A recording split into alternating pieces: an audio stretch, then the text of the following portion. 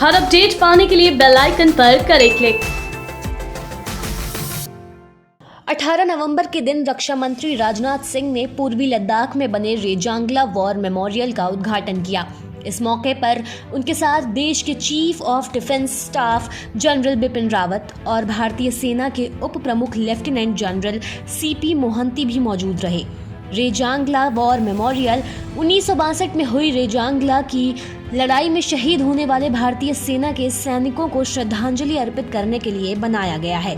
इस मौके पर 1962 में इस लड़ाई में हिस्सा लेने वाले 13 कुमायूं रेजिमेंट के रिटायर्ड ब्रिगेडियर आरवी जतार को विशेष रूप से सम्मानित किया गया। रक्षा मंत्री खुद भारतीय सेना के बाकी बड़े अधिकारियों के साथ इन्हें व्हीलचेयर से युद्ध स्मारक तक ले गए।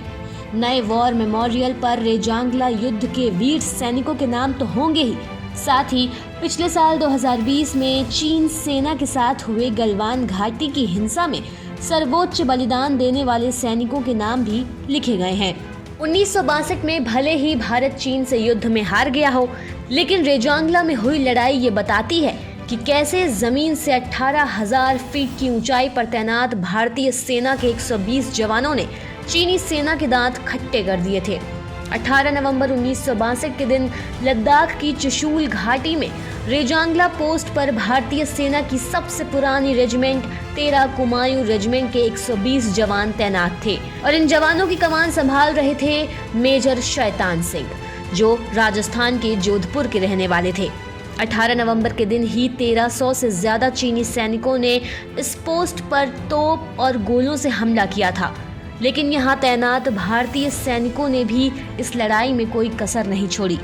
एक एक सैनिक ने अपने आखिरी दम तक रेजांगला पोस्ट पर लड़ाई लड़ी और 120 में से 114 जवान शहीद हो गए। महीनों बाद जब इन सैनिकों की लाशें बर्फ में दबी मिली तो मेजर शैतान सिंह की उंगलियां उनकी 3-03 राइफल के ट्रिगर पर थीं, जो दर्शाती थी कि रेजांगला में भारतीय सैनिकों ने अपनी लड़ाई आखिरी दम और आखिरी गोली तक लड़ी।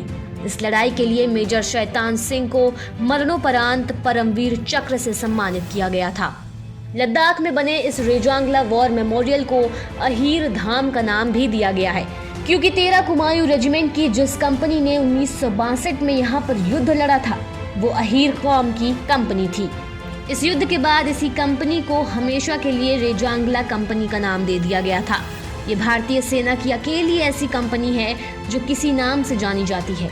भारतीय सेना में सभी कंपनियों के नाम A, B या फिर C से होते हैं।